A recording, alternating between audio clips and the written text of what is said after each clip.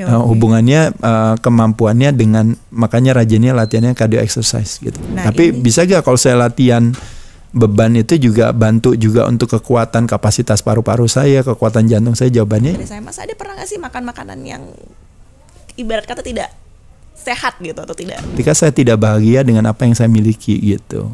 Tapi sampai kapan saya mau menunggu dunia itu akan favor kepada saya?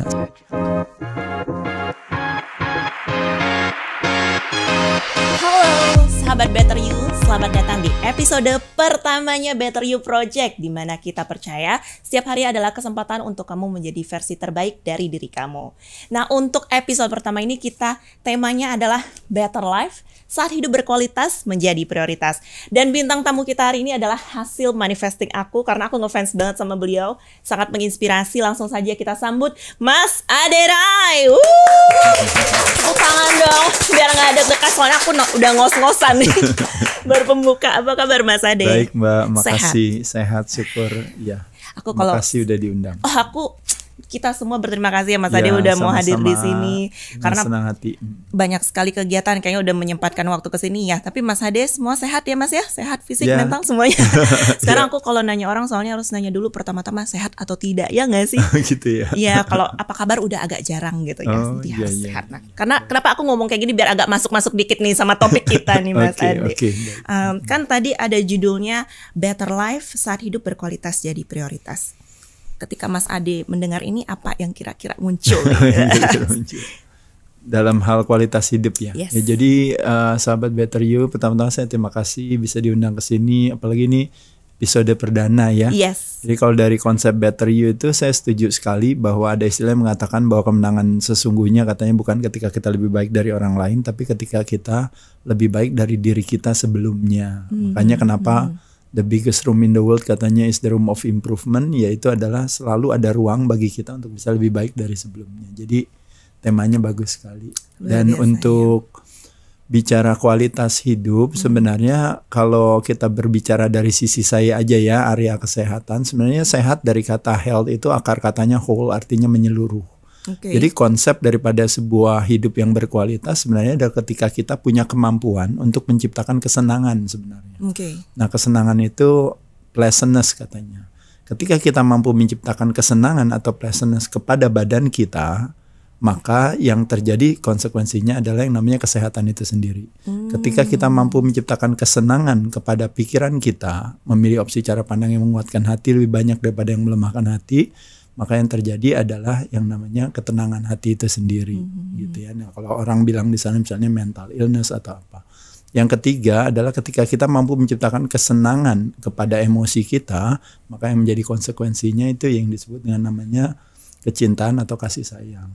Dan yang terakhir, tubuh manusia bukan hanya makhluk fisiologi tapi juga makhluk energi. Ketika kita mampu menciptakan kesenangan pada life energy kita, biasanya through breathing control ya, melalui nafas kita. Nah, makanya yang terjadi adalah kegembiraan. Nah, jadi konsep di sana senang, di sini senang, di mana-mana hatiku senang, sebenarnya itu adalah konsep daripada definisi sehat secara menyeluruh. Jadi kualitas hidup akan terjadi ketika 4 roda di dalam mobil kita. Jadi ada roda badan. Makanya kenapa kita kalau berbicara dalam fisikalitas, kita berbicara ada 3 hal.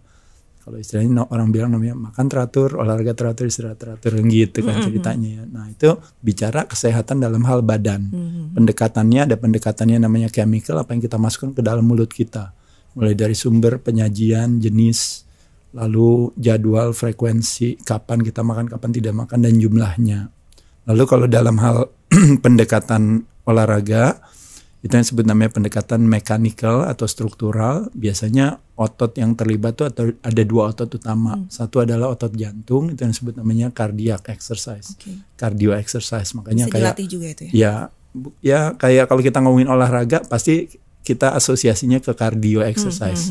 Jalan kaki, berenang, naik sepeda, olahraga permainan, mungkin olahraga yang terorganisir, mungkin group exercises, apapun juga itu biasanya relate sama melatih kekuatan otot jantung. Nah, satu lagi ada namanya otot rangka, melatih kekuatan otot rangka yang disebut namanya resistance training, latihan beban. Gitu ya. Jadi 2 cardio aktivitas dan strength training lah maksudnya. Cardio dan resistance training. Itu adalah 2 kalau boleh dibilang umbrellanya, foldernya daripada kita olahraga.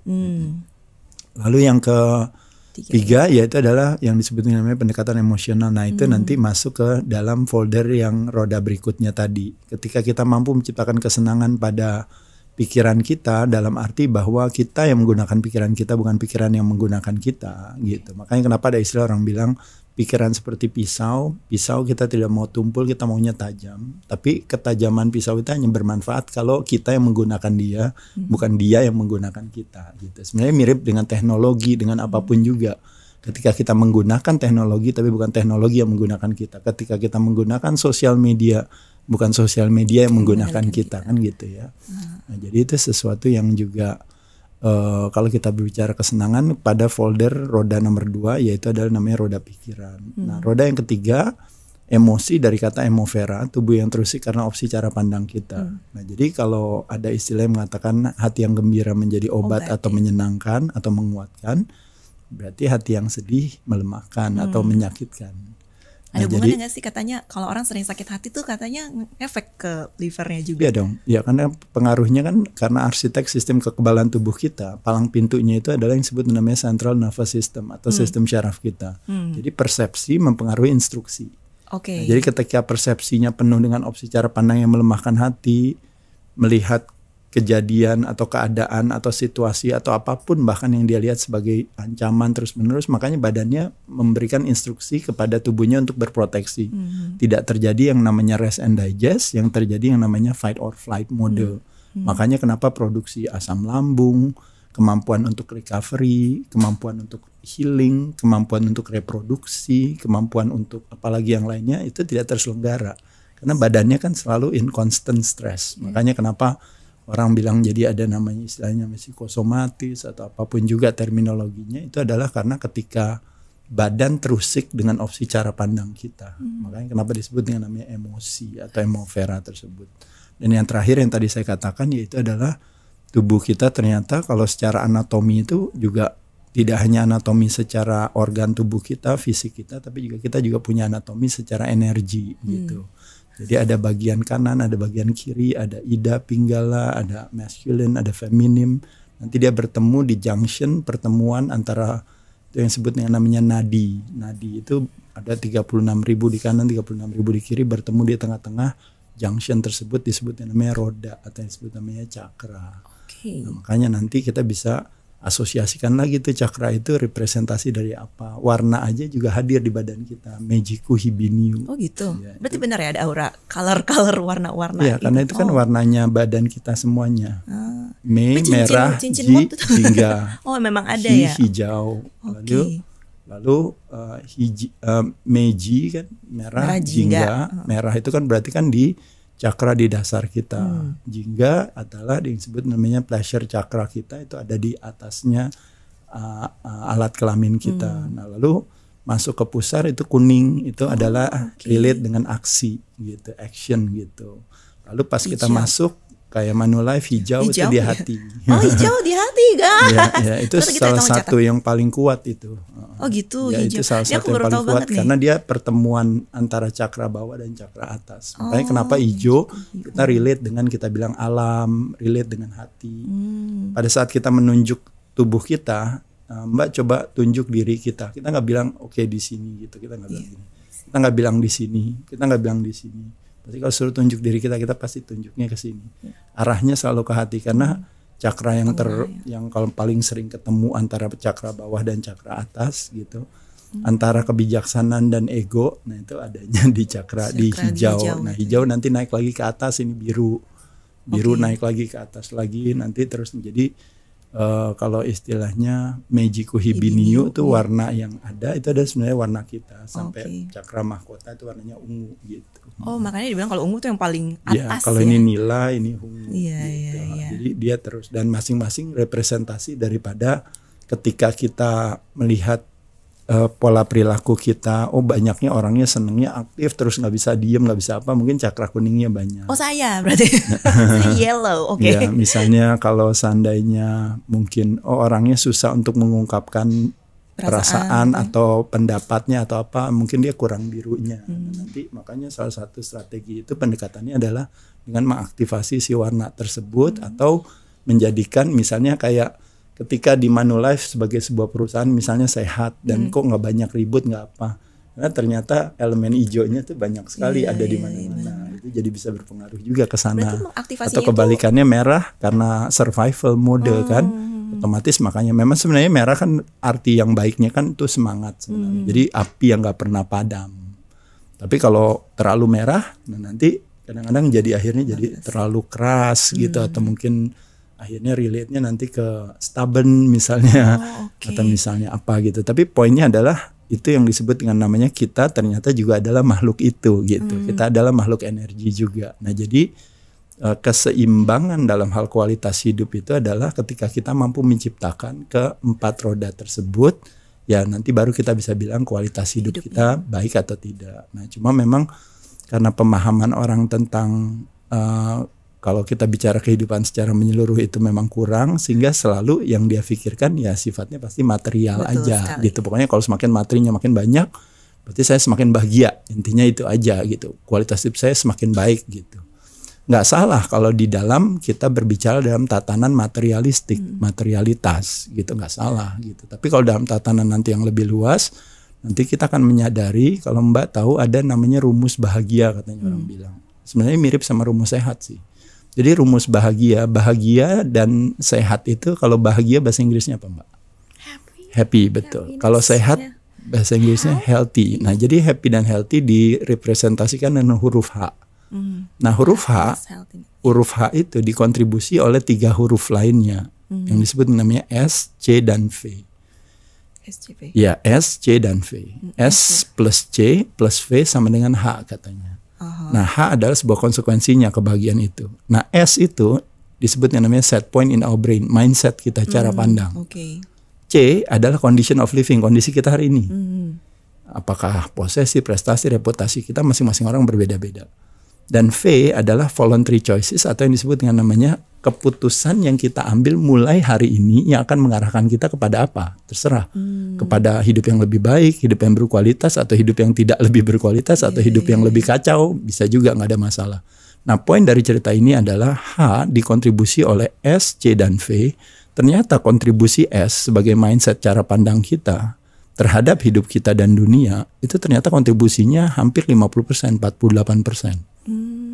Nah sedangkan V, keputusan yang kita ambil hari ini, jadi makanya kenapa orang bilang tiada kata terlambat. Keputusan yang kita ambil hari ini, mau saya sekarang lagi susah, mau saya sekarang lagi sakit, mau saya sekarang apa, saya bilang saya memutuskan mulai hari ini saya mau hidup lebih baik. Makanya itulah saya appreciate teman-teman di Manulife ya, better you gitu ya. Jadi tidak ada kata terlambat ya. Kalau kita compare ya kita kalah terus sama orang lain.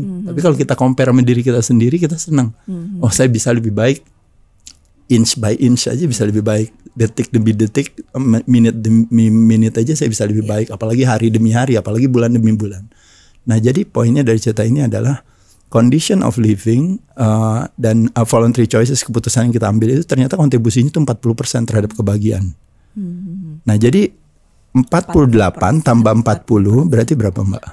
88%. Hampir takut ngitung. Ya 88%. 88% kan.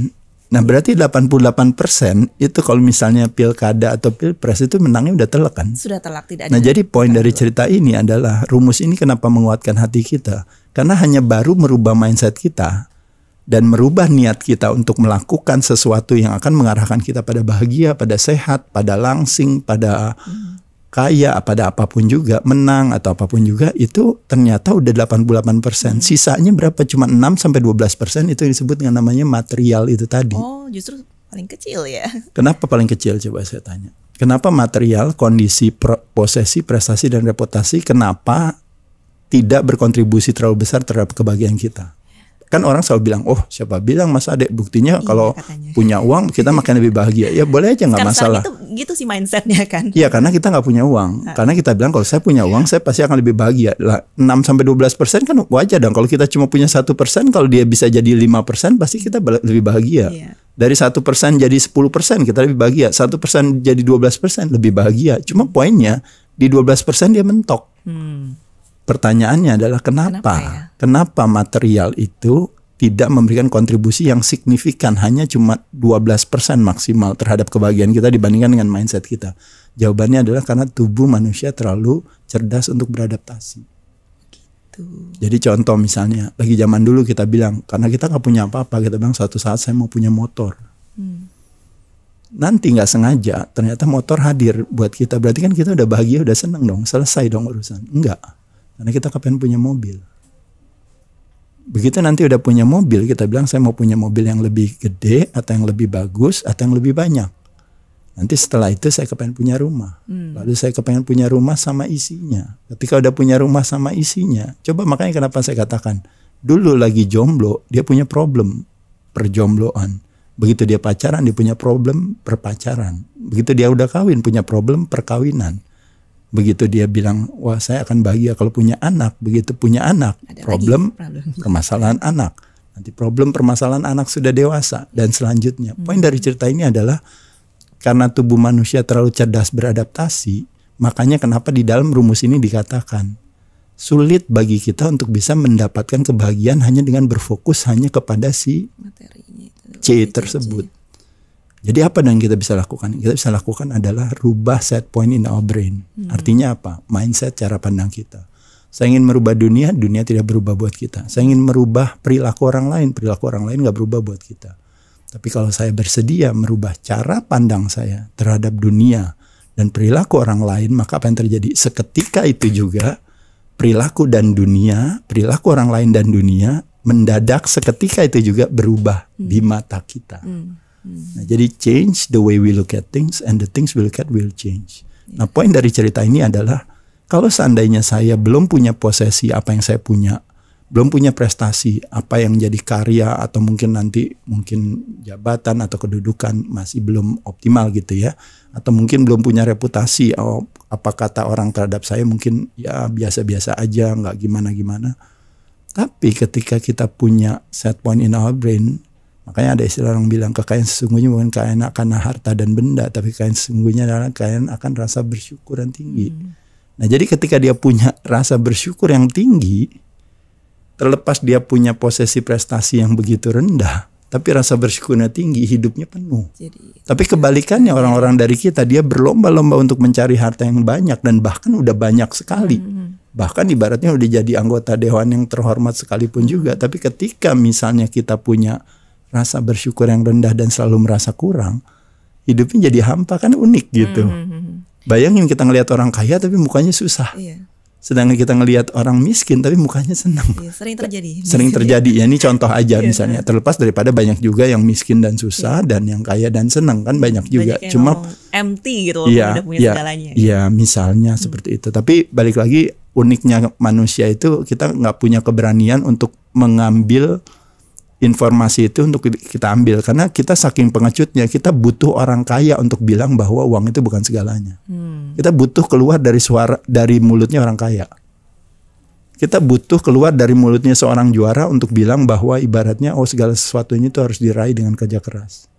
Kita butuh orang yang bijaksana untuk bilang bahwa ibaratnya ternyata yang namanya kesedihan, kepedihan itu menjadi sebuah pembelajaran. Itu kita saking pengecutnya, kita nggak bisa mau dengar kalau nggak keluar dari orang lain ngomong. Tapi poin dari cerita ini adalah saya mau sampaikan bahwa kalau teman-teman tahu, sahabat Better You, jadi ketika kita punya mindset cara pandang, rasa bersyukur yang tinggi, kita punya pemaafan, kita punya ketabahan dan kesabaran, kita punya keikhlasan dalam hidup kita, percaya atau tidak, dan kita bersedia untuk mengambil keputusan untuk kita bilang mulai sekarang, saya maafin diri saya maafin situasi ini, saya mau lebih baik dari sebelumnya. Saya misalnya pola hidup saya berantakan, saya masih ngerokok, mungkin saya masih minum, saya mungkin makan sembarangan saya mau rubah, saya mau lebih baik lagi. Itu ada kesempatan 40% kesempatan kita untuk bisa lebih bahagia, lebih sehat. 48%, 48% kesempatan kita untuk merubah cara pandang kita yang nanti akan menginstruksikan persepsi, mempengaruhi instruksi, akan membuat badan kita menjadi lebih kuat. Hati yang gembira menjadi obat, hati yang gembira menguatkan kita.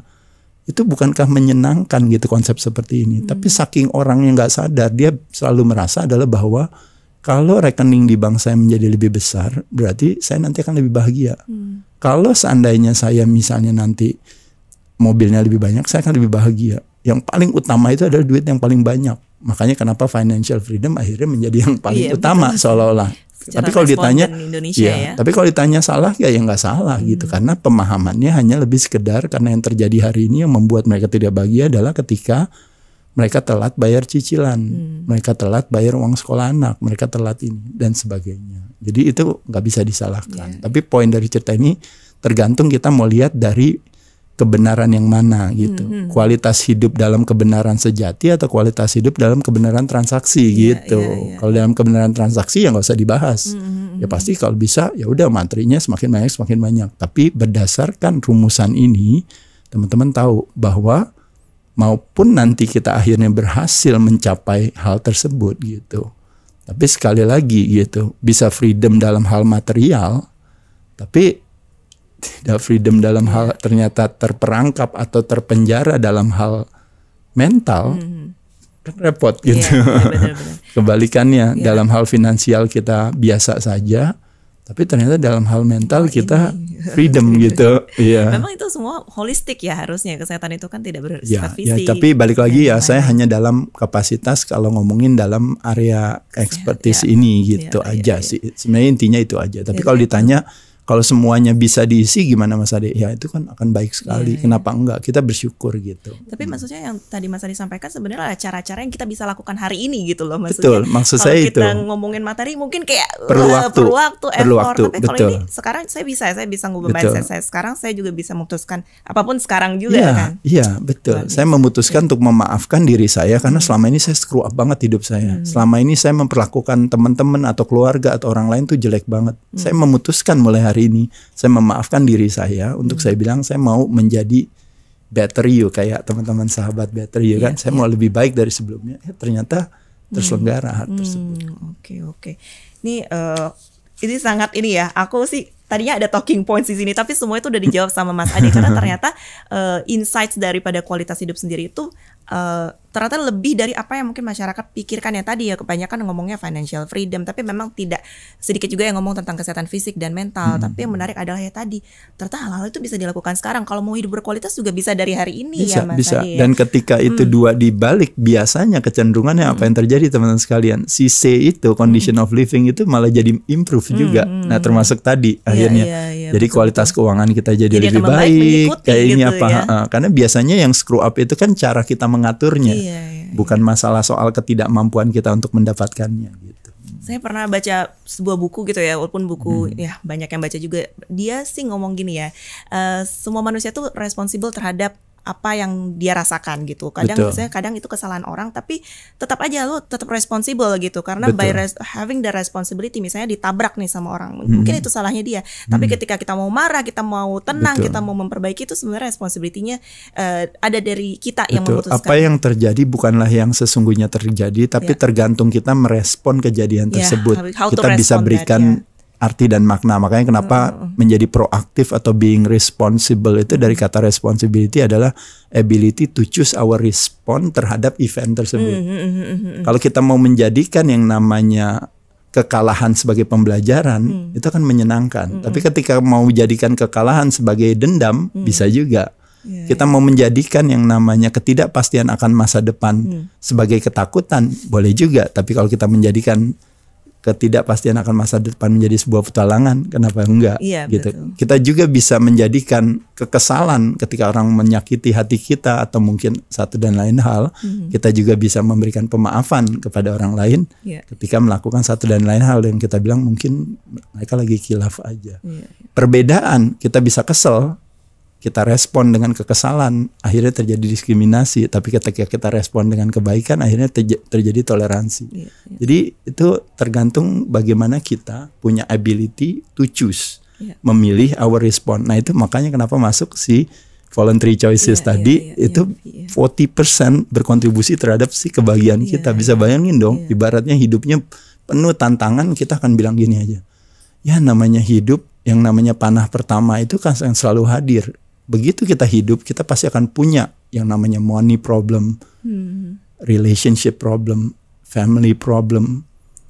Kalau di Jakarta, traffic problem gitu ya. Kalau di kantor mungkin ada another jobs problem gitu ya dan sebagainya. Tapi itu adalah panah pertama yang saya bisa bilang bahwa panah pertama itu nggak ada ceritanya, secara teoretis tidak akan pernah mematikan kita. Tapi yang mematikan kita adalah selalu panah kedua. Siapa panah kedua? Panah kedua adalah ketika kita beroverreaksi terhadap panah pertama. Makanya hadirlah panah kedua yang mematikan kita. Nah, jadi ketika kita tidak overreaksi tapi kita punya responsibility untuk merespon situasi yang ada dengan kesabaran, dengan ketabahan, dengan pemaafan, dengan keikhlasan, ya udah kita jalanin aja ini ya. Akhirnya nggak terjadi si panah kedua yang ada, panah pertama malah pelan-pelan kita bisa overcome. Iya. Gitu. Berarti beda ya, reaktif dan responsif itu Betul. dua hal yang berbeda. Iya, itu bedanya di jeda. Jadi kalau reaksi itu ada aksi langsung bereaksi. Jadi dia nggak ada apresiasi terhadap sebuah jeda. Tapi ketika ada aksi, lalu kita tarik nafas sejenak, lalu kita bilang, tiba-tiba ada opsi, pilihan untuk saya mau lakukan ini yang menguatkan hati, atau ada pilihan di sini yang melemahkan hati. Saya tarik nafas sejenak, kira-kira saya gimana ya? Begitu ada orang komen sesuatu, kira-kira saya balas langsung komen ini apa? Kita bilang, cuekin aja. Atau kita blok, atau kita mungkin apa lagi? Atau kita bilang, ya udah, nggak penting juga ini. Kuadran 3 seolah-olah mendadak, mendesak, 1, 2, 3, tapi padahal tidak penting misalnya. Kuadran 1, 2, 3, 4 kita harus catat ya, mana yang important, mana yang urgent ya Mas ya. Betul. Nah kalau ngomongin tentang Mas Aderai sendiri nih ya, menurut Mas Aderai apa sih yang sering orang abaikan ketika mereka memaknai sebuah kesehatan? Apalagi kalau zaman sekarang mereka tuh sehat adalah dengan ikut tren sehat, which is ini gitu ya, bermain ini misalnya gitu atau apa, itu sesuatu yang sebenarnya boleh aja, nggak masalah sih sebenarnya. Itu makanya yang saya sering bilang garis tipis antara signifikansi dan kontribusi. Kalau kita olahraga atau kalau kita kerja itu kan memang lebih kepada saya mau berkontribusi kepada diri saya dan keluarga saya dan orang mungkin yang saya kasihi untuk ada kebermanfaatannya bagi mereka. Itu namanya kontribusi. Kalau signifikansi lebih kepada apa pendapat orang tentang saya, pandangan orang terhadap saya. Itu mirip kayak reputasi lah gitu. Jadi yang dilihat orang, saya ingin dipandang sebagai orang baik, saya ingin dipandang sebagai orang penting, saya ingin dipandang sebagai orang pinter, saya ingin dipandang sebagai orang sehat. Makanya kenapa baru mulai latihan kan kameranya udah nyala duluan langsung. Nah, begitu kameranya udah mati kan udah langsung kan makan kerupuk aja dulu lah, santai aja udah. Nah, jadi poin dari cerita ini adalah dia ingin dipandang sebagai orang sehat. Salah gak ingin dipandang jadi orang sehat? Nggak salah. Karena kebutuhannya dia sesungguhnya adalah kebutuhan ingin dihargai. Bukan sehat ya, tapi ingin bukan dihargai. Sehat, tapi kebutuhan ingin dihargai karena dia merasa kurang dihargai. Makanya kenapa dia ingin dipandang sebagai orang sehat, ingin dipandang sebagai orang penting, ingin dipandang sebagai orang pinter, ingin dipandang sebagai orang kaya misalnya. Nah, tapi ketika saya melakukan sesuatu yang relate dengan saya olahraga, nggak perlu cerita sama orang, ya saya udah olahraga aja gitu. Cuma kalau orang tanya, tadi olahraga Mas Ade, oh iya saya tadi olahraga. Hari ini udah olahraga, udah. Padahal kan ini kan pagi-pagi gini, kapan tadi sempat olahraganya? Padahal nggak sempat pulang. Oh iya enggak, saya di bawa dumbbell aja sendiri, saya latihan-latihannya. Oh iya ini apa? Karena kontribusi kita terhadap diri kita. Karena kita beranggapan, iya enggak, saya mau latihan aja karena glukos toleransi saya terhadap gula jadi lebih tinggi. Dan plus kemarin saya sempat cheating, misalnya saya makan apa gitu, makan kue atau makan apa. Makanya pagi saya perut kosong, saya olahraga aja dulu. Tapi nggak sempat diposting Mas Ade. Aduh, kayaknya nggak sempat gitu. Lihat karena aja mungkin resultnya ya seperti misalnya ini. Kayak gitu. Nah, tapi kebalikan ada orang ya lebih senang postingnya, nggak apa-apa. Jadi poin dari cerita ini adalah, maksud saya sebenarnya nggak ada masalah kalau orang mau melakukan itu. Kayak misalnya dia datang ke panti asuhan, dia memberikan kebaikan dengan dia mengirim semua tim sosmednya untuk meliput kebaikan dia. Salah nggak salah, tapi balik lagi dia bukan sedang memberikan kebaikan, tapi dia sedang ingin dipandang sebagai orang baik. Makanya lacking of human needs dia tuh lebih kepada bahwa apresiasi itu yang mungkin kurang yang ada di dirinya gitu. Lebih ke sana sih. Jadi ya nggak salah aja. Jadi teman-teman saya lihat sekarang pada rajin olahraga, terutama di postingannya gitu ya. Bukan di hasilnya tapi di postingannya. Menurut saya ya itu udah langkah awal. Tapi satu saat nanti kali aja, karena olahraga juga kan positive addiction gitu. Jadi ketika dikasih dikit, awalnya cuma buat keren-kerenan atau ikut-ikutan, lama-lama tohnya suka. Dan suka ini akhirnya ternyata Itu benar ada manfaatnya. Kenapa tidak gitu? Nah, kalau ngomongin tadi berarti sebenarnya kan tadi ada 4 ya. Aku tadi jadi badan, pikiran, emosi, sama life energy tadi yang kita udah bahas. Tadi aku juga baru tahu banget itu warna-warna. Aku mau masuk sedikit sama latihan fisik nih Mas, karena banyak juga pertanyaan-pertanyaan warga. Betul. Jadi ada orang yang kayak gini nih. Aku kasih case-nya ya. Orang ini itu sangat sibuk ya di kantornya gitu, dan dia mungkin secara pikiran udah penuh lah gitu, karena udah banyak banget masalah gitu ya. Kalau dibilang suruh olahraga, nanti dia akan bilang kayak gue nggak bisa olahraga, malah marah gitu, karena gue udah nggak punya lagi waktu untuk itu gitu. Tapi maksudnya ya gimana ya, berarti gue harus, dia nggak pernah sholat juga kali ya? Nggak mungkin ya. Jadi dia selalu merasa bahwa waktunya nggak cukup gitu. Jadi lebih ke mungkin keadaan yang membuat dia nggak jadi bisa sehat. Sebenarnya bukan keadaan, tapi salah paham, kesalahpahaman.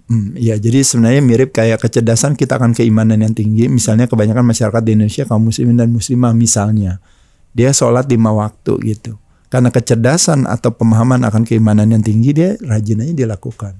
Mungkin kaum Kristiani, mungkin teman-teman yang orang Bali ini dia bisa loh melakukan ibaratnya kayak mungkin dia kalau bisa ada kesempatan dia berdoa, ada kesempatan dia meditasi atau apa.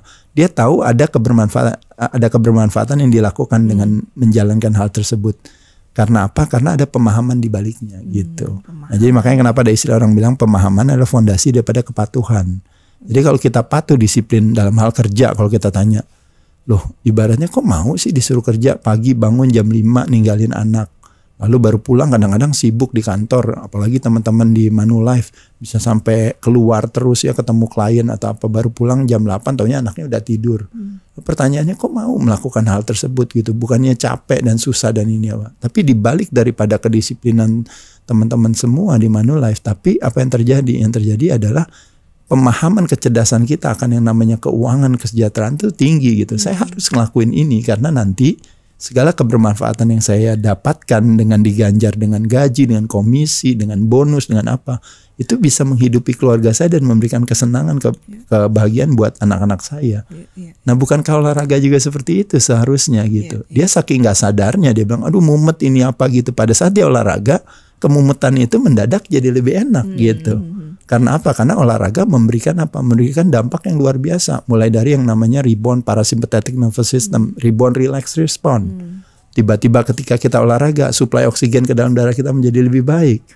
Ketika kita olahraga, tulang kita menjadi lebih kuat. Ketika olahraga, signal ke otak kita menjadi lebih bagus. Ketika olahraga, regulasi gula darah kita jadi lebih bagus, secara hormonal jadi lebih balance. Nah, sedangkan kita nggak pernah olahraga, lalu kita sibuk, kita apa, lalu kita stres, lalu kita tidak bisa merespon dengan baik kejadian-kejadian yang ada. Kan itu mumet semua di dalamnya. Itu kan artinya ada nuansa sakit di sana.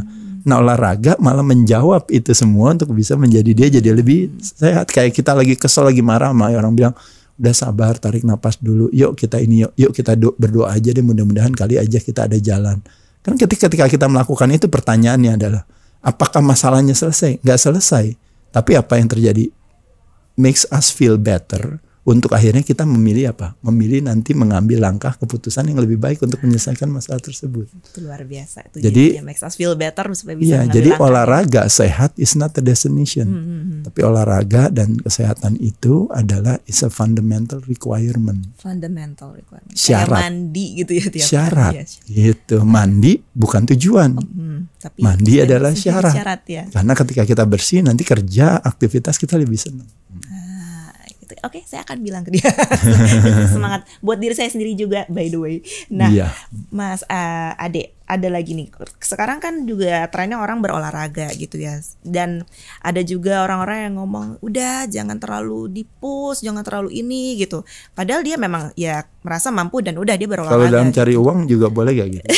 Udah ngapain sih kerja, udah nyantai-nyantai gitu ya, aja gitu kan. Nah, kecerdasan kita akan keuangan tinggi, kecerdasan kita akan kesehatan jongkok. Nah, makanya ketika kita sampai tua sekalipun, teman-teman bahkan jadi agent di Manulife, itu bahkan usianya juga kalau jadi PNS mungkin udah pensiun harusnya ya.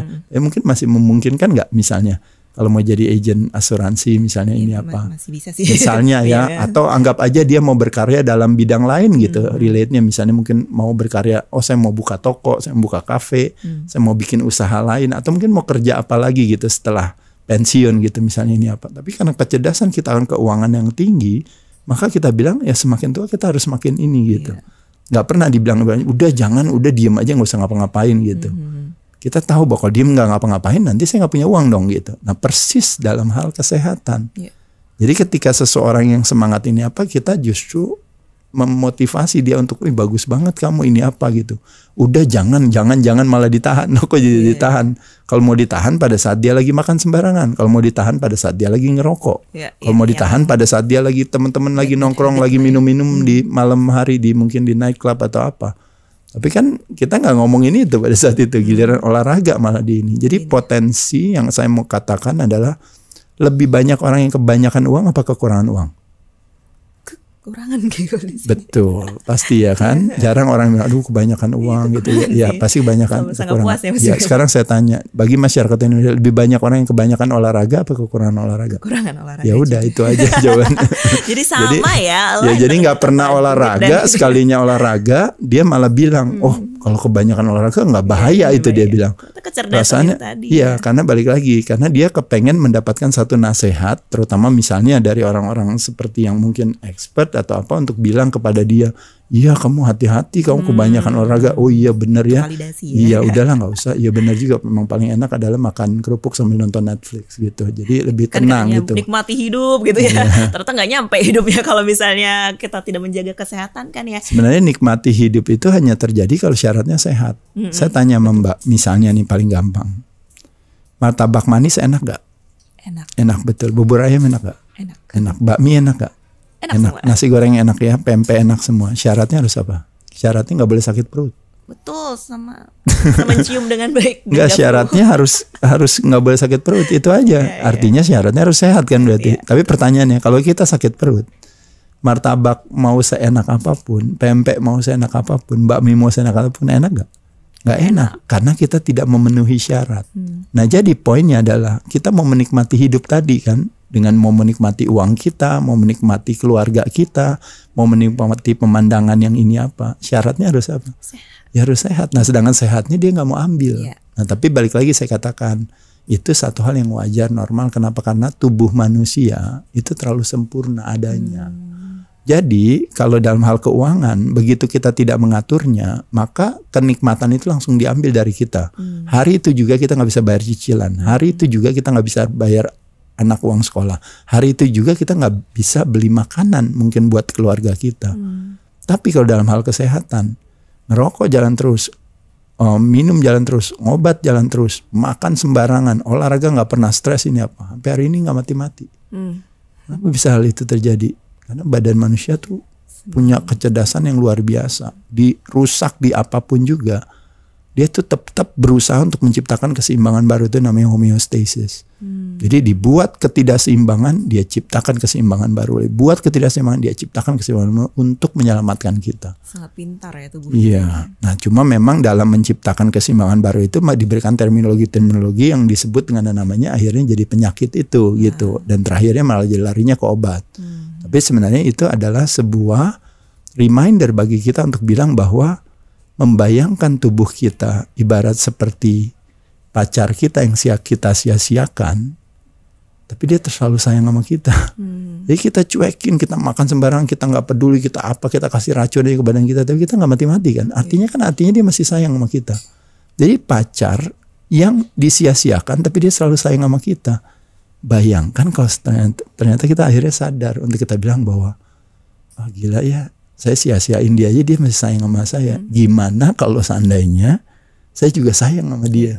Apa yang terjadi? Yang terjadi adalah yang disebut dengan namanya kita akan menyaksikan yang namanya kehebatan daripada body intelligence tubuh kita. Kita akan menjadi lebih pintar daripada yang kita pikir kita tidak bisa seperti itu. Kita akan lebih kuat daripada yang kita pikir kita tidak seperti itu. Kita akan lebih maju, lebih baik. Nah, become a better you. Karena kita pikir kayaknya nggak mungkin deh, gue kayaknya udah parah banget nih, kayaknya udah nggak mungkin deh mau improve, kayak ini nggak bisa. Tapi ketika kita bersedia gitu menjalankan hal itu dan mau merubah mindset kan, cara pandang itu kan, makanya kenapa dia punya 48%. Nah jadi teman-teman hari ini sebagai podcast perdana ini juga siapa tahu itu menjadi satu perubahan mindset, cara pandang yang baru teman-teman terhadap yang namanya kesehatan. Itu minimal paling nggak kita berdua udah kontribusi dikit ya Mbak ya, 48% ya. 48%. Nah tinggal kan diimplementasikan nggak sama sahabat Better You-nya dengan keputusan yang dia mau ambil tadi, ya. Terlepas daripada hari ini saya masih sakit-sakitan, saya masih ngerokok, saya masih ini, saya masih belum olahraga, nggak peduli. Karena kita udah punya modal 88% ini, maka istilahnya kita pasti bisa paling tidak lebih baik dari diri kita sebelumnya. Jadi setiap hari lebih baik ya kita jadi ini. By the way, Mas Ade, aku pernah dengar juga salah satu podcastnya Mas Ade lah. Intinya tuh sebenarnya sehat itu udah ada di dalam diri kita. Jadi kayak sebenarnya bukan kita cari tapi kita jaga kan. Makanya Mas Ade kalau mau bilang juara, Mas Ade memilih juara dalam kesehatan gitu. Jadi sebenarnya makanya jagalah kesehatan ya karena memang udah ada gitu ya. Iya, karena kalau juara dalam hal kompetisi, dalam olahraga kadang-kadang ada kecenderungan kita mengorbankan kesehatan demi kejuaraan. Nah itu yang makanya yang terjadi dengan yang saya sering cerita, bodybuilder give bodybuilding a bad name karena 90% bodybuilder di dunia ya termasuk di Indonesia are on drugs gitu, on gear gitu. Jadi karena bagi dia yang paling utama adalah performa. Tapi segala hal dilakukan aja dan dengan teknologi dan sains dan apa dia berusaha untuk mencoba untuk meminimalkan resiko tapi mengoptimalkan si manfaatnya tadi daripada penyalahgunaan obat tersebut. Tapi pada dasarnya balik lagi ya, kayak seperti saya katakan tubuh kita lebih cerdas dibandingkan dengan kitanya gitu. Jadi kalau kita mau screw up dengan interfering dengan alam gitu, kayak kita ngelawan alam kan sebenarnya gitu. Jadi kalau mau, makanya kenapa saya bilang dengan cara alami, makanya natural gitu. Tapi dengan cara on gear, on drugs, pakai tambahan sana sini dan sebagainya, ya nanti kita harus hidup saja dengan dampak istilahnya konsekuensi daripada langkah kita tersebut. Itu aja sih. Sebelum nanti aku masuk ke yang tadi langkah-langkah natural itu ya Mas, aku mau sedikit masuk ke hal yang berhubungan lah dengan podcast kita hari ini dan juga Manulife gitu. Tadi kan dibilang bahwa ya kadang kayak kita perencanaan keuangan kita kurang baik ya jadinya sebenarnya uang seberapapun juga jadinya bakal hilang aja, nggak akan pernah cukup kayak gitu kan. Keuangan dan kesehatan itu sinergi sebenarnya. Dan kalau ngomongin sehat nih sebenarnya di Manulife itu juga ada yang namanya intinya kalau kita sehat kita malah bisa dapat manfaatnya. Salah satunya itu kalau kita punya asuransi gitu ya. Nah yang punya satu fitur itu namanya fitur atau benefit lah ya, itu no claim discount. Kalau misalnya orang ini sehat, dia tidak pernah klaim gitu ya, dalam jangka waktu tertentu itu malah dia dapat diskon premi. Jadi itu tadi ya malah sebenarnya ketika sehat dulu, baru finansialnya bisa jadi mengikuti. Betul. Sebenarnya satu hal yang saya apresiasi daripada yang namanya konsep asuransi sendiri, asuransi dari kata assurance kan memberikan sebuah jaminan gitu. Jaminan bisa berupa sifatnya yang sosial misalnya, kayak misalnya mungkin membutuhkan nuansa gotong royong di mana orang yang harus yang banyak yang sehat menolong yang sakit kan kayak gitu ya. Nah, maupun juga yang sifatnya komersial, mungkin di sana kita harus membayar lebih untuk ini apa, tapi kita juga akan mendapatkan yang namanya benefit ya, kebermanfaatan yang ada. Itu saya rasa itu satu hal yang bagus gitu. Terlepas daripada yang tadi saya katakan juga, perilaku kita sendiri sebenarnya juga adalah asuransi juga. Cuma asuransinya bukan dalam hal komersial atau sosial, tapi asuransi personal namanya gitu. Jadi sebenarnya konsepnya sama. Jadi semuanya baik adanya gitu. Makanya kenapa menurut saya menyenangkan. Itu kan kayak mengisi kebutuhan kita akan certainty. Makanya kita butuh, oh iya biar ada asuransi. Pada saat saya terbang, oh ada asuransi nih mungkin buat traveling saya, make sure aja mudah-mudahan nanti nggak ada apa-apa, koper hilang atau apa. Asuransi kesehatan kita bilang, oh saya nanti kan bisa aja, karena sakit itu sebenarnya sesuatu ya, kalau saya berharap ibaratnya kita punya cita-cita yang tinggi kan, kalau bisa seumur hidup kalau bisa jangan sakit gitu. Tapi sakitan sekarang ini bisa terjadi karena ulah perilaku kita sendiri, bisa terjadi juga, tapi paling sering juga adalah hal-hal yang mungkin tidak kita inginkan seperti kecelakaan dan sebagainya. Nah pada saat itu kan peran daripada asuransi akhirnya jadi hadir di sana. Termasuk juga kayak mobil misalnya saya tiba-tiba kemarin bannya licin dia memuter di jalan tol, tiba-tiba akhirnya mobilnya jadi akhirnya harus biayanya kan kosnya gede sekali.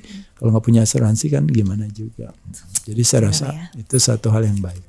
Semuanya itu sebenarnya pada dasarnya baik dan ya bagaimana perilaku kita sesuai dengan kita, kita aja kebutuhan.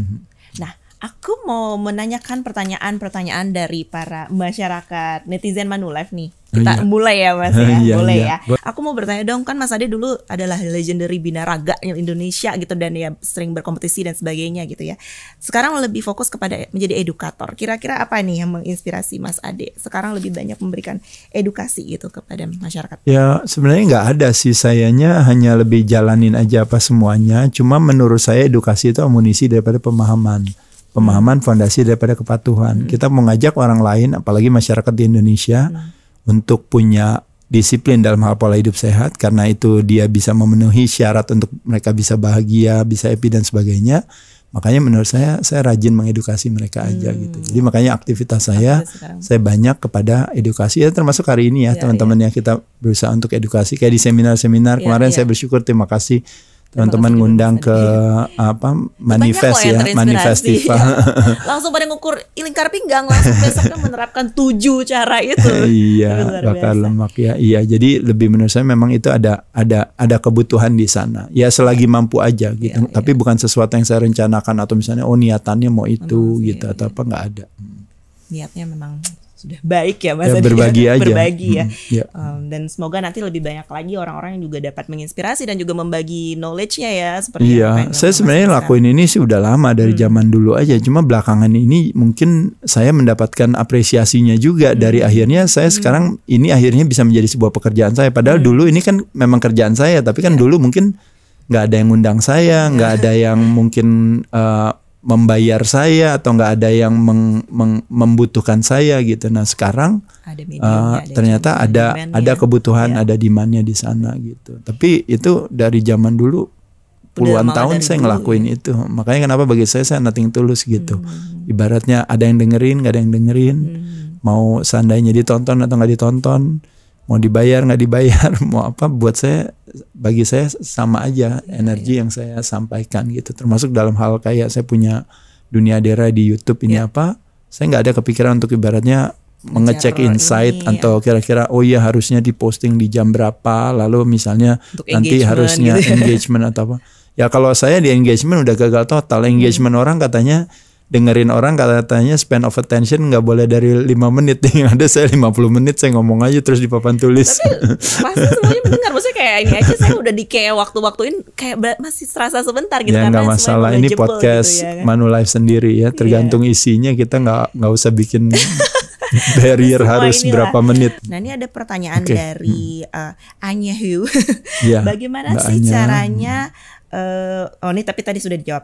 Dia bertanya, apakah benar kembang, ini dari nasi anget lauk panas, apakah benar kembang kepisnya paru dipengaruhi oleh kekuatan dada biar makin semangat latih otot chest? Ada nggak pengaruhnya? Ya bisa aja gitu, boleh aja, nggak apa-apa gitu. Tapi emang ada pengaruhnya kalau kembang kepisnya paru dengan latihan ini? Pengaruhnya sebenarnya bukan dengan latihan beban, pengaruhnya dengan cardio exercise. Jadi nanti ngomongin VO2 max dan sebagainya. Hubungannya kemampuannya dengan, makanya rajinnya latihannya cardio exercise gitu. Gitu. Nah, tapi bisa gak kalau saya latihan beban itu juga bantu juga untuk kekuatan kapasitas paru-paru saya, kekuatan jantung saya? Jawabannya iya juga. Jadi iya, jawabannya iya. Gitu ya, dua-duanya. Bantu ya. Nah, ini ada pertanyaan juga dari Citra Niceria, katanya Mas Ade tuh penasaran dan kan suka banget sama telur ya. Memang berapa sih telur per hari yang dikonsumsi dan sebenarnya berapa protein? Bukan suka gram? Telur sih saya. Bukan suka. Ya, asumsinya gitu. Ya karena telur. Pemahamannya itu ya, karena telur itu sesuatu yang memang sensasional kalau kita ngomongin, karena kan atlet binaraga makannya 10, 20, 30, 100 gitu. Jadi kayak banyak gitu. Tapi sebenarnya satu telur itu, kalau kita ngomongin satu putih telur itu, dia kandungan proteinnya kan sangat kecil sekali sebenarnya. Satu telur itu kecil. Ya jadi kalau misalnya saya makan 10 telur, kandungan proteinnya itu hanya sama dengan 1 atau 2 dada ayam kan.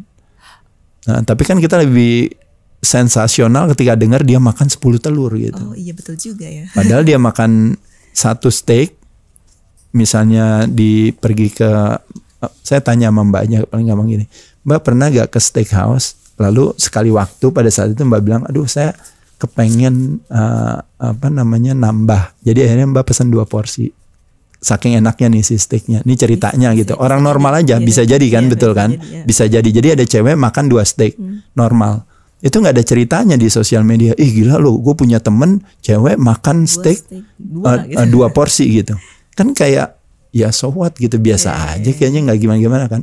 Tapi ketika itu ditranslate, diterjemahkan ke dalam telur, berarti dia makan setara dengan hampir kurang lebih, kalau hitungannya 10 telur 30, kalau dia 2 steak itu kenanya hampir bisa 100 gram, berarti dia setara dengan makan hampir 30 telur. Banyak banget ya 30 Iya, jadi kalau ada cewek tiba-tiba makan 30 telur, pasti itu kan heboh. Iya. Gitu. Wow, pintar juga ternyata. Tapi pada saat dia makan cuma steak, dia nambah, kok biasa aja gitu. Nah, jadi secara kandungan proteinnya sebenarnya nggak ini. Jadi cuma ya makanya kenapa jadi waktu saya bilang dulu, saya bilang saya makan 10 telur atau apa, jadi akhirnya orang cuma ingetnya saya sama telur aja. Gitu kan Mas Ade, udah suka makan telur gitu. Telurnya banyak gitu. Gitu kayak kesannya Mas Ade sehari-harinya cuma makan telur doang gitu ya. Padahal kalau sumber protein kita bisa variasi, kombinasi dan dirotasikan. Silahkan. Ini mungkin pertanyaan dari saya, Mas Ade pernah nggak sih makan makanan yang ibarat kata tidak sehat gitu atau tidak? Pernah gak kita tanya sama orang kaya dia shopping? Karena dia saking kayanya, berarti dia nggak pernah shopping dong berarti. Tapi yang terjadi pada saat kita ke Plaza Indonesia atau Grand Indonesia atau ke mall, saya tanya siapa yang rajin belanja paling banyak adalah orang yang duitnya paling banyak. Ya udah jawabannya gitu. Jadi jawabannya adalah bahwa karena saya kaya akan kesehatan dalam hal otot ini, misalnya saya punya toleransi terhadap gula yang tinggi, jadi kekayaan akan toleransi gula saya tinggi, memungkinkan saya untuk setiap hari makan es krim, makan coklat gitu. Nah, inilah makanya alasan kalau mau menikmati hidup katanya kan, nanti kalau gue nggak menikmati hidup. Padahal sebenarnya kalau sehat gitu ya. Loh, di dalam keuangan ngapain saya mau punya uang? Dia bilang mendingan saya mau foya-foya aja. Orang bilang, loh gimana sih? Saya nggak mau kerja, nggak mau punya uang. Kenapa saya mau foya-foya aja? Tapi karena kecerdasan kita kan keuangan, kita bilang gini, loh bukan kalau harusnya kerja usaha, duit lo banyak, jadi lo bisa foya-foya kan, nikmatin hidup. Nah kan harusnya lo harus diet, lo olahraga ini apa, biar lo bisa foya-foya nikmatin makan. Kan gitu. Iya, tapi yang ada kita maunya nikmatin makan tapi nggak mau savingnya. Jadi nggak maunya shopping tapi nggak mau saving. Maunya cheating, tapi nggak mau dieting and exercising. Oke, itu dia. Itu akan menjadi jawaban untuk mama saya. Karena selalu gitu kayak, kapan lagi aku nggak pernah ini gitu. Karena apa? Karena pemahaman akan kesehatannya yang masih rendah. Makanya kenapa jawabannya apa? Balik lagi, edukasikan, rajin edukasi. Tapi nggak ada kata terlambat kan untuk seorang itu exercise. Misalnya kayak bapak saya kemarin itu dia mengalami apa namanya, ototnya tiba-tiba ini. Ada kata terlambat gak buat orang mulai besok saya mau menabung? Tidak ada kata terlambat. Ya udah, gitu aja. Ada kata terlambat gak mulai besok saya baru mau punya asuransi? Tidak ada kata terlambat ya. Ada beberapa age gap tapi tidak. Sekarang masih bisa lah. Ya kan, maksudnya asuransinya bukan berarti harus life insurance juga kan, bisa yang lain kan. Betul, maksudnya tiada kata terlambat gitu. Berarti udah mulai harus berolahraga ya, walaupun berapapun usianya, yang nggak ada dibilang kayak udah tua, udah nggak bisa. Semakin tua kalau iya, kecuali kalau semakin tua dia memang udah tidak mau hidup benar. Tapi kalau semakin tua dia tetap mau mempertahankan hidup, kebutuhan dia untuk berolahraga, ngatur pola makan dan apa semakin tinggi dibandingkan dengan anak muda. Karena ya tadi, makanya kenapa kita semena-mena dengan kesehatan kita kan, karena kan tubuh kita tuh saking canggihnya gitu. Makanya kenapa istilah orang bilang the most sophisticated gadget in the whole world adalah our own body gitu. Canggih banget badan kita. Kita jadi punya apoteknya sendiri di badan. Tubuh kita bisa melakukan sesuatu yang kita nggak nyangka ternyata dia bisa. Jangan menganggap remeh ya tubuh kita ya. Kadang kita selalu merasa diri kita lemah, padahal sebenarnya ya karena kita sibuknya mengagungkan kehebatan penyakit gitu, lupa mengagungkan kehebatan tubuh sendiri. Kembali ke mindset. Karena tadi kalau misalnya aku mau kaitin dengan ada survei yang dilakukan dari Manulife melalui Asian Care Survey 2025, itu tadi sangat align dengan apa yang Mas Ade bilang. Memang kebanyakan orang tuh masih mikirinnya financial freedom, padahal sebenarnya financial freedom penting, tapi teman-teman mesti paham dulu bahwa kita mau itu menjadi sebuah konsekuensinya.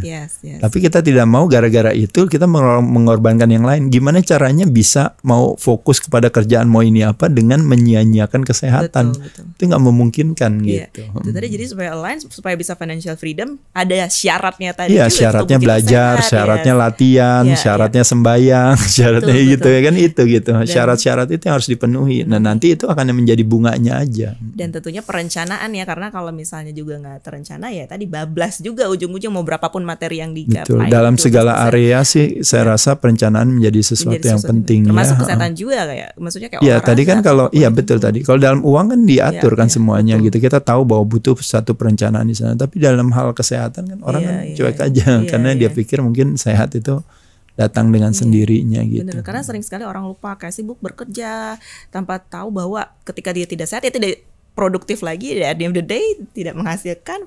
Betul. Financialnya jadi betul. Jadi yang disalahin kadang-kadang memang umur, tapi yang disalahkan sebenarnya kemampuan kita untuk being produktif itu sebenarnya. Kalau saya melihatnya ke sana. Pertanyaan berikutnya Mas, ada nggak sih turning point dari Mas Ade selama hidup? Ada banyak. Ketika akhirnya kembali misalnya. Iya ada banyak. Ya terutama waktu saya dulu di umur 30-an, 35-an gitu, itu pada saat dimana saya melihat diri saya yang tadi saya katakan tadi, ketika saya tidak bahagia dengan apa yang saya miliki gitu. Nah pada saat saya merasa I'm not happy with my life, nah pada saat itu justru yang uniknya pada saat itu bukannya saya akhirnya berlari ke form of escaping seperti misalnya drugging, drinking, smoking, bahkan mungkin shopping, judging atau apa gitu yang lainnya gitu ya. Tapi yang ada saya justru malah mempertanyakan lagi kepada diri saya untuk bilang kok bisa saya nggak happy dengan hidup saya. Nah itu tadi makanya jawaban saya pertama dari pertanyaan Mbak tadi. Pada saat itu saya menyalahkan dunia, pada saat itu saya menyalahkan perilaku orang lain. Tapi sampai kapan saya mau menunggu dunia itu akan favor kepada saya? Sampai kapan perilaku orang lain akan berbuat baik kepada saya? Mau sampai kapan? Gak akan terjadi.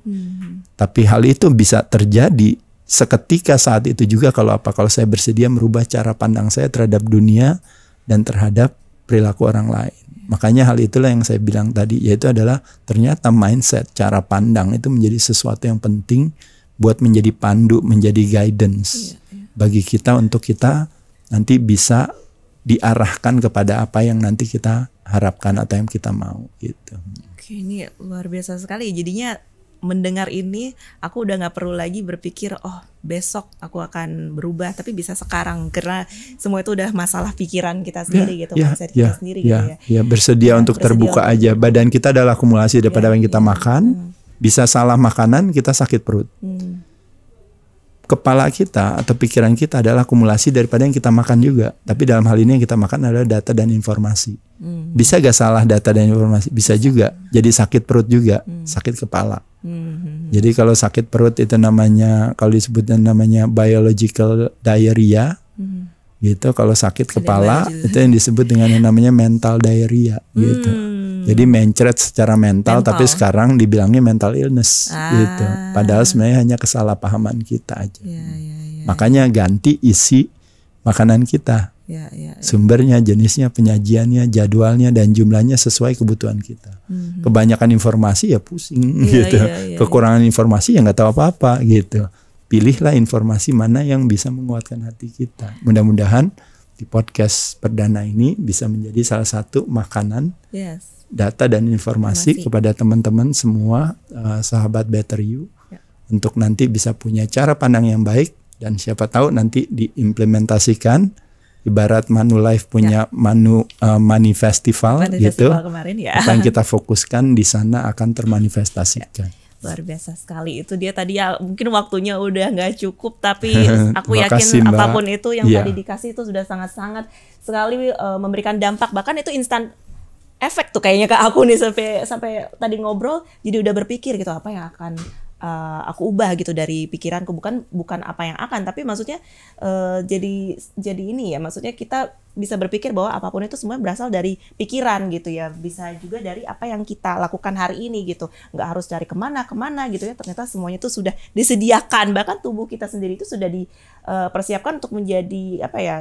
alat yang kuat juga ya, kita nggak bisa menganggap remeh terhadap tubuh kita, tapi juga yang namanya kesehatan itu tetap harus dijaga gitu ya, jadi jangan taken for granted kayak tadi udah punya pacar yang disayangin, udah aku sia-siakan enggak gitu. Tapi yang namanya kesehatan itu harus dijaga, dan terus belajar itu kayaknya juga nomor satu ya, mendapatkan informasi-informasi. Konsumsi bukan masalah cuman konsumsi secara fisik gitu ya, tapi yang tadi itu ya informasi-informasi yang kita dapatkan juga hal-hal yang sehat itu. Jadi bisa mengubah mindset kita untuk menjadi lebih baik.